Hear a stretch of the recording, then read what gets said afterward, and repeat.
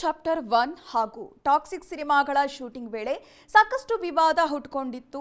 Toxic ತಂಡದವರು ಮರ ಕಡಿದ ಆರೋಪವನ್ನ ಹೊತ್ತರೆ ಕಾಂತಾರ ತಂಡ ಅರಣ್ಯದಲ್ಲಿ ಬೆಂಕಿ ಹಚ್ಚಿದ ಆರೋಪವನ್ನ ಎದುರಿಸಿದ್ರು. ಇದು ಸರ್ಕಾರದ ಮಟ್ಟದಲ್ಲಿ ಚರ್ಚೆಯಾಗಿದೆ. ಈ ಹಿನ್ನೆಲೆಯಲ್ಲಿ ಸರ್ಕಾರ ಅರಣ್ಯದಲ್ಲಿ ಶೂಟಿಂಗ್ ಮಾಡುವವರಿಗೆ ಹೊಸ ನಿಯಮವನ್ನ ಜಾರಿ ಮಾಡಿದೆ.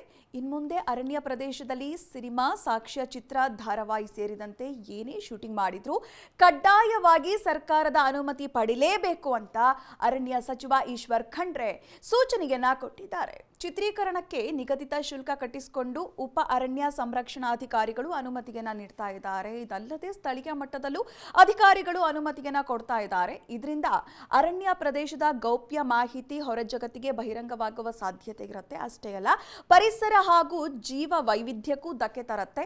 ಅರಣ್ಯ ಹಾಗೂ ವನ್ಯ ಜೀವಿಗಳನ್ನ ಸಂರಕ್ಷಿಸುವ ದೃಷ್ಟಿಯಿಂದ ಇನ್ಮುಂದೆ ಅರಣ್ಯದಲ್ಲಿ ಚಿತ್ರೀಕರಣಕ್ಕೆ ಸರ್ಕಾರದ ಮುಖ್ಯ ಕಾರ್ಯದರ್ಶಿ ಮಟ್ಟದಲ್ಲಿ ಅನುಮತಿ ಕಡ್ಡಾಯ.